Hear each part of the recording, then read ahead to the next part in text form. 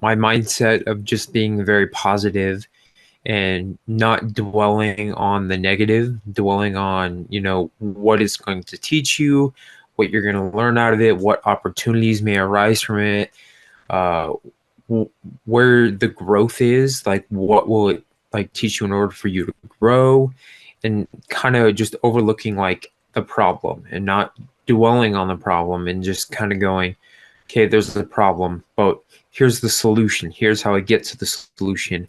And that was what I focused on more than the actual problem itself.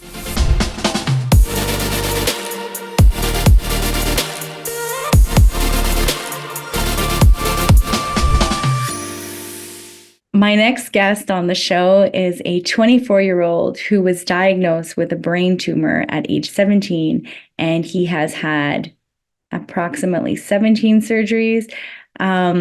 And so I'm really excited to welcome Zach Round. Awesome. So I'm so happy to have you on the show, Zach. I'm curious, how did you find my show? Yeah, thank you for having me on. I found your show because I look on YouTube a lot and I look for certain type of podcasts, and I just message them because my story is so incredible that I feel as though I shouldn't keep it as a secret, to everyone else. I feel like people should know about all the positivity and what you can do when you put your mind to it, and just all the great outcomes that could happen. I love that. So I would really love if you could share your story. I was checking out your page, and we'll be able to link all that in the show notes, but I think people should really hear the story that led you to this moment in time. And yeah, let's go. Yeah, so it started all 7 years ago, exactly 7 years ago on this day, actually. I'm just about to kind of shoot like a promotional video about everything being 7 years ago for me, but that's exactly when this whole journey started. I had my first surgery 7 years ago, but let's start a little before that because that's when my story actually began. I was out on a mountain biking ride at one of my local trail systems, and I decided to do a road gap and came up short. And long story short, the bike accident caused me to get airlifted. So when they airlift me to the hospital that I go to, they take me in as a trauma patient and they give you a full body CT scan. And that CT scan showed that I had a mass the size of a golf ball in my brain. So that's when they ordered an extra MRI for me. And I didn't really think of it at the time of oh, something's wrong with me. I just took it as, oh, they just want extra tests or whatever. And that's when they found out that it was a brain tumor resting between my cerebellum and brainstem. And then it turned out to be this whole ordeal and big journey. Wow. And so when I was looking through your bio, you had something like 17 surgeries.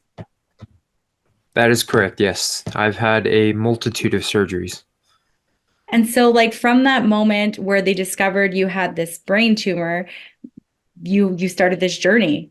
And so can you bring us back to that moment of what made you decide that no matter what, you were going to own your life and you were going to stay positive in everything that you promote?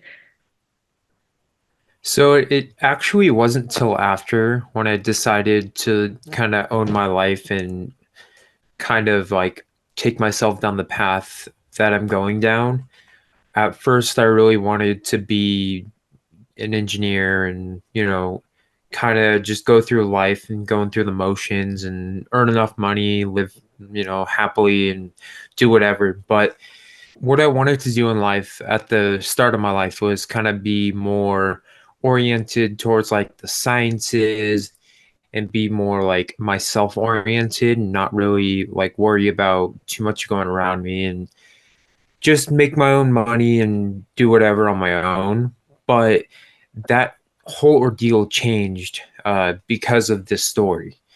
I completely went from not wanting to do anything with anyone to being a humanitarian person and wanting that human connection and wanting to inspire others and share my story and be this person that I know I could be because of the incredible story that I have. So that's when I changed over from the numbers side to the humanitarian side. Okay. Okay. And so like you had already been on this journey now of healing and having all those surgeries and just like would you consider it like kind of like a surrendering to what was? It's not really a surrendering to what was. I mean, I don't really like the word surrendering. Okay. It's dealing with a problem that's there that you have no like you can't say no, I don't want this problem. It's there regardless if you say yes or no. So it's more of an adaptation to life. It's more of adapting to my circumstances and with the cards dealt, playing those. Yes, exactly. So like releasing the control and just focusing on what you do have control over. Exactly, yes. So like what do you think influenced that for you? The main influence for that, I would probably say, is sports. Sports taught me a lot. My mindset of just being very positive and not dwelling on the negative, dwelling on, what it's going to teach you, what you're going to learn out of it, what opportunities may arise from it, uh, where the growth is, like what will it like teach you in order for you to grow, and kind of just overlooking like the problem and not dwelling on the problem and just kind of going, okay, there's the problem, but here's the solution. Here's how I get to the solution. And that was what I focused on more than the actual problem itself.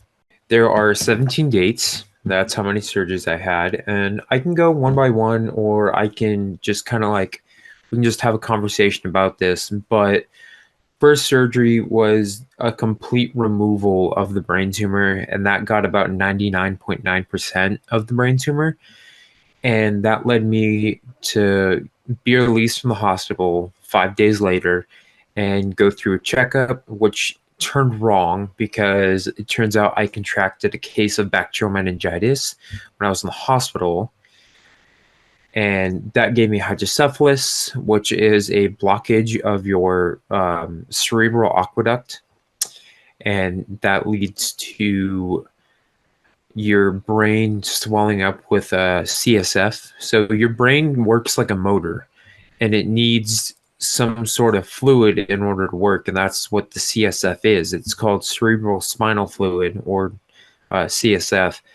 And when that is blocked, it can't fully drain. So do you know how you see those kids with like the bigger heads and you're like, oh, like what's that from? It's because they probably had hydrocephalus and they didn't know. So that was the CSF building up in their head, and that's how their head would form.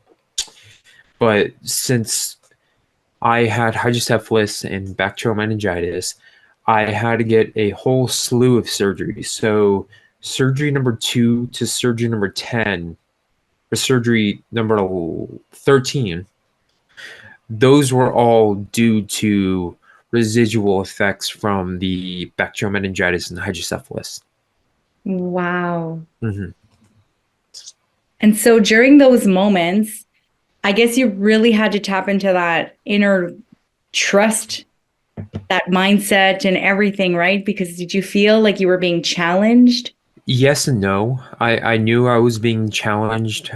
I knew it was very hard, and I knew I could pass away if I just gave up. But also, I didn't really know what was going on because I don't remember it. Your body, it doesn't allow you to remember the very traumatic things, and most of my journey I can't really remember. Most of it was documented, and most of it I knew happened, but I didn't experience it, if that kind of makes sense. Oh, for sure. For sure. Hmm. Like the way the body protects us is just like, like removing it from our conscious memory Yeah. to keep us safe. Yeah. And so Did you grow up always like with like a positive outlook on life? Like who influenced you to have this kind of thought process? It wasn't really, I grew up with this. I kind of grew up around sports. Actually, I'm not going to say kind of. I did grow up around sports. I was mountain biking from a very young age. I was playing baseball. I was playing football from a very young age. Went over into basketball. Ultimately, I went back to football. I played football in college recently, and I played rugby in high school. So I'm not foreign to this kind of outlook of putting in a lot of work and kind of turning it into positivity, but it wasn't a lifelong outlook. Before, I was kind of like, oh my God, like this negative, I'm fat, and whatever. And um, just through the surgeries, it kind of, or not surgeries, through the sports, I kind of was able to build like that baseline foundation of what hard work is, what resiliency is, what determination is, and how I could like surpass this problem. Yeah, that's fascinating. And so how old were you when they discovered you had your tumor? I was 17 years old. I was on the back end of being a pediatric. So pediatrics are usually 0 to like 17 and a half, 18 years old. So around there. And I was right on the back end of it. So it was a bit different for me actually. When I was in the hospital, everything was pediatric stuff, so they had to wheel over. The children's hospital I was in was connected to a adult hospital, so they had to wheel over a bunch of like adult stuff over to that children's hospital in order to fit me because I'm so much bigger than what they're used to dealing with. Yeah. And so like you were so young to have this happen to you and like your life had to literally be changed into what you're deciding to do. And so would you consider like what is something you would say to somebody who's feeling down on themselves or they're feeling like life feels hard right now? Like what would you say to them? I would say don't give up. I know it's a lot of like it's like cliche to say don't give up, but for me, it was never giving up and keeping that positive outlook and really don't dwell too much on the problem and dwell more on the solutions and think about the solutions more than the problem, and you will see yourself thinking more positively. Also, not giving up because if you give up, you know what's going to happen. There's one guarantee: you just won't make your goal if you give up. And that is what not giving up does, is it gives you hope in order to like think you're going to make it, and then you just got to do it and keep working. Yeah, and I'm imagining that with all those surgeries you had to relearn how to did you have to relearn how to talk and walk and things like that, Hmm. especially with a brain tumor? Yeah. So like Hmm. how was your rehabilitation process? It must have been, especially if you had 17 surgeries, were you having to Yeah. learn the same things over and over? Yeah, it was a lot of repetitive stuff. It was very easy stuff. It was not something that I thought I would ever do, is relearning how to walk, relearning how to read, write, talk, eat, do all these basic functions. And I never thought I would do that, and I am now. I still do have ongoing residual effects from the first surgery. Just for example, balance problems because they cut into my cerebellum, Mm. and the cerebellum is the center of balance coordination.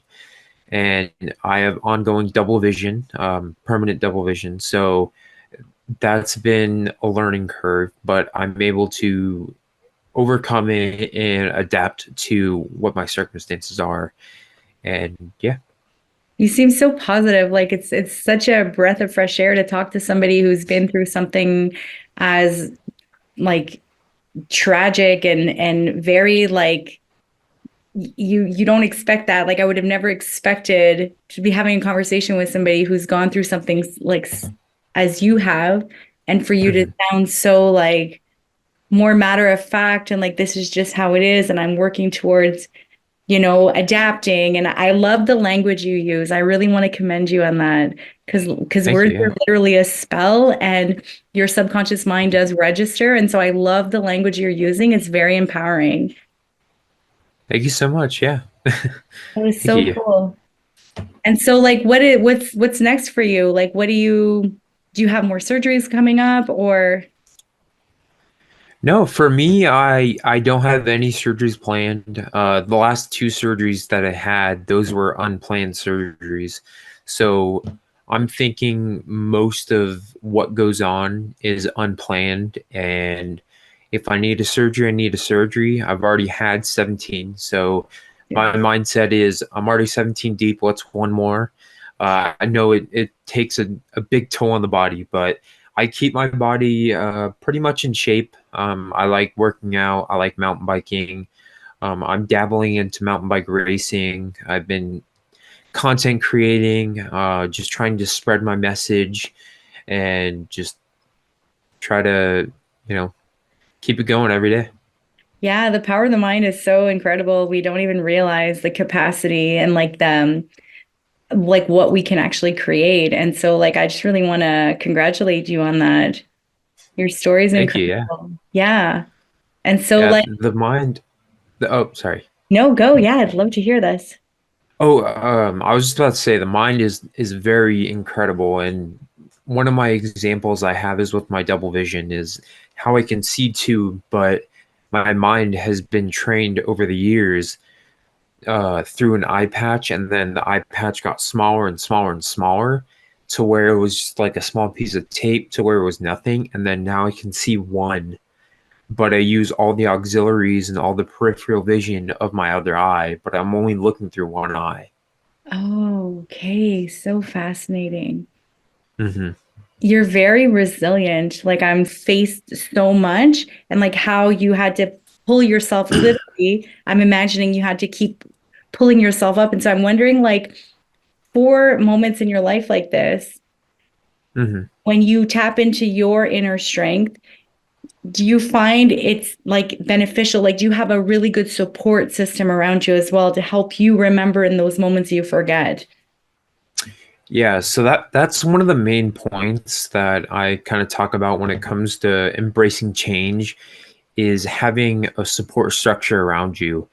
And you if you don't have a support structure, there's no one you can lean on. There's no one that you could get advice from. There's no one that you can like do anything with, right? So you're doing it all alone and it's very dark and it's very like it's not a good place to be in. But if you have a support structure like me, like I had my medical staff, I had my parents, and you have a great support structure, you have this like opportunity in order to make it a lot better. So say if someone was going through a brain tumor and they didn't have the medical staff or their parents, they most likely wouldn't have those tools and those opportunities to get better because the brain tumor would have just overcome and like overtake their body and They would have it would succumbed. just not end well. Yeah.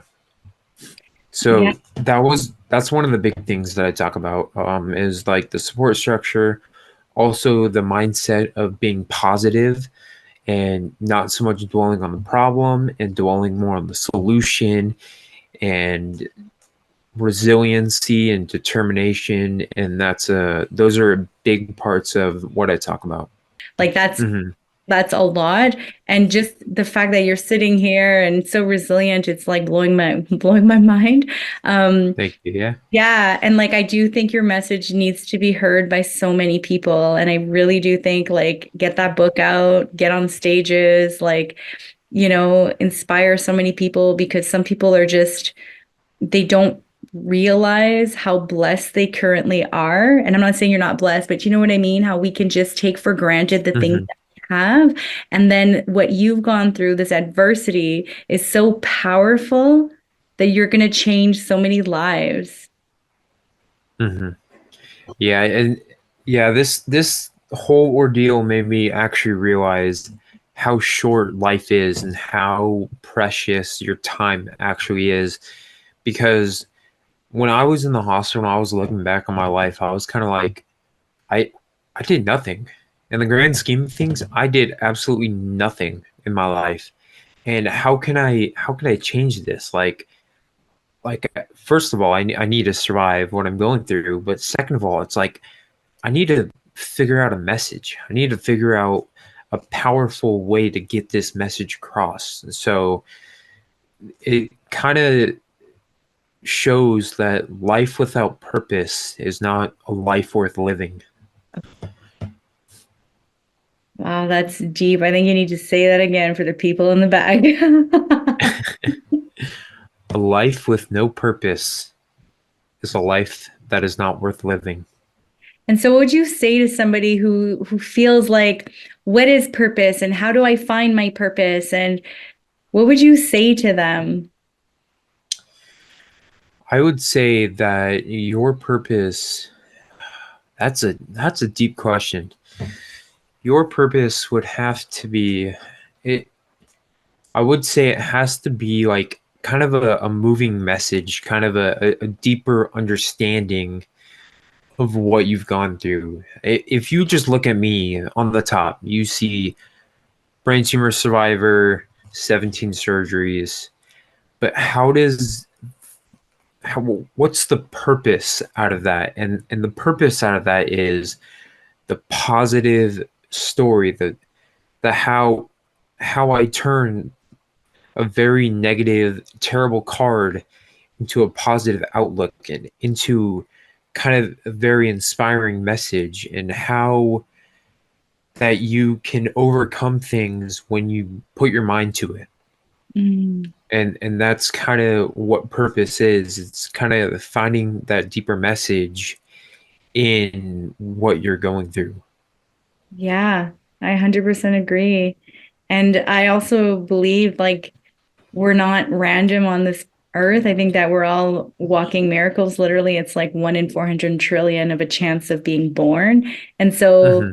I truly believe we are the purpose. Like everything, once we connect to that, we are the purpose, and everything from that extension becomes like a gift. And so, like, your message is so moving because you had that moment of realization, like, I didn't do anything with my life. And you were so young to come to that realization. I know people, like, I'm 45, I know people my age and older who still like feel like I've done nothing with my life. And so like we can define like what does that even look like? What does doing something look like? You know? And so I just think I want to really commend you for being like, that's it. I'm gonna own this pain and I'm gonna turn it into purpose and passion and impact. And I'm gonna spread this Hmm. word to help people remember like you're alive. Yeah. Yeah. That's all it is. And the one thing I want to share is the analogy of the storm, or the like a like picture a storm, right? You have a storm coming towards you, and it looks dark, it looks very destructive, and it looks bad. And once that storm comes and it goes over, and you're just like, oh my gosh, it's very loud, it's very destructive, very chaotic, and things in life, they seem like they're all negative and they're all bad. And once that storm passes, you go outside and you look around, and what do you get? You get calmness, peacefulness, tranquility, and you also have rebuilding, you also have growth, and you rebuild what the storm destroyed, and it comes back not only as strong, but even stronger than what it was, because you have more of a baseline to go out of. You're not going out being like, oh, they completely tore it down. We have to figure out how to rebuild a chimney. You already know how to rebuild it, and you can make it even stronger so it can withstand the next storm. And that's kind of how you got to look at a problem. You got to think of a problem as the storm. And you got to be like, oh my gosh, like, here comes this problem. It's a very chaotic, very destructive. But you also got to know the problem will end. There will be an ending to that problem. And that's when you get the rebuilding, the growth, the calmness, the peacefulness of everything after it passes. So once you take that parable of the storm into life, there's a lot more than there's a lot more that you can achieve than what you think you can.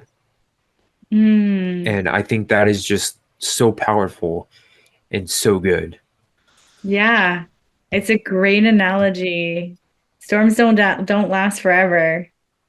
Hmm. What's Exactly. Yeah. that quote? Like, smooth seas never made for skilled sailors. It's literally, it makes me think of that. It's just like Yeah.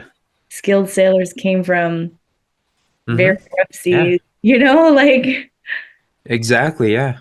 And then I was going to say on the same analogy of a sailor, like how you talk so fondly about like the strength of your mindset. It's like water can't get in a ship unless there's a hole in the ship. And so that's the Exactly. way I view mindset. It's just like like you keep it solid. Hmm. Yeah. Exactly. That's how negative thoughts are. It's like the water on a boat. The only thing that can make it negative is you. You know, if you damage the boat, the negative thoughts come in, right? So it's only your thoughts that can make it negative. So I don't know if my speech has been a little bit harder to understand. The right side of my face is paralyzed. It was paralyzed in my 13th surgery. So um, I don't know how hard it is to understand me or not. So No, you articulate very well, so I would have never known that. But these, okay. yeah, that's like incredible. The work you've had to do, the rehabilitation, all the appointments. It's like it must have been like a full-time job just to get back the basic functions of everyday life. Hmm.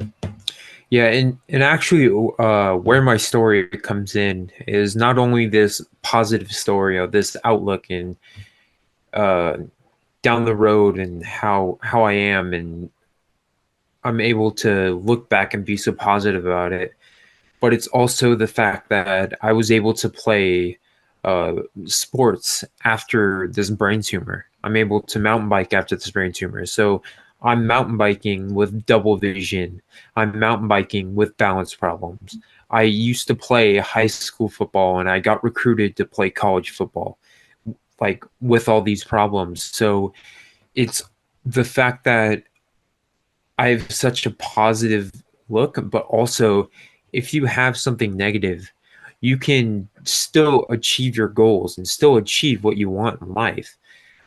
Like, I never thought that I could ever play college football or high school football after the fact that I had a brain tumor, but I worked so hard that I was able to, and not only just skate by playing, but thrive in that environment and play Mm. very well. So, And was it determination you feel that persistence of like I'm just not giving up, I'm not available to give up? hmm, oh yeah, 100%. It was the determination. Um, People will say like, "Oh, it was resilience," and I've been doing some research on it actually for my podcast. But resilience is just the ability to bounce back and just able to kind of be like, "Oh, I bounced back." But if it has no goal, then it's only resilience. But if it's with a goal, it's determination. Mm. So resilience plus a goal equals determination, and that's exactly what it was the determination. I really like that. I really like that. I'm so excited that we got to connect and you got to share your story and all of the things. Like, what is one thing that if you look back at the end of your life, what is one thing that you want to be most proud of? The one thing that I want to be most proud of is I want to inspire at least one person. That goal has already been met, and I've inspired quite a few people. So if I have to redo my lifelong goal, I don't know what it'll be. Um, it would have to be something along the line of like motivate, like I don't know, like uh, motivate a certain number of people or do something like that. I don't know 100%, but right now it'd be if I died, I'd be like, well, you know, it sucks. I'm not going to be there, but at least my life had purpose and Mm. there was something meaningful that came out of it. So I feel like my life is pretty fulfilled so far, but I know I can bring it even further and I know I can work even harder to do even more. So, I love that. Keep on that train. Just keep and ride it out. Like that's amazing. Is there mhm. any final words you'd like to leave with the audience? Final words that I would like to leave are just never give up and keep a positive mindset because when you don't give up, you'll never know the outcome because you have that opportunity and that chance for growth and that opportunity and chance for even victory when you're faced with the problem. But if you give up, there's an automatic assumption you're going to lose no matter what. So just don't give up and keep a positive mindset. That's powerful. You're Hmm. amazing. Thank you for connecting with me and Yeah. reaching out. And when you do your launch your book and your podcast, like let me know as well so I can have you back on the show, promote that book. And I think that'd be really great. Yeah. Yeah. Thank you so much. Yeah. It was great.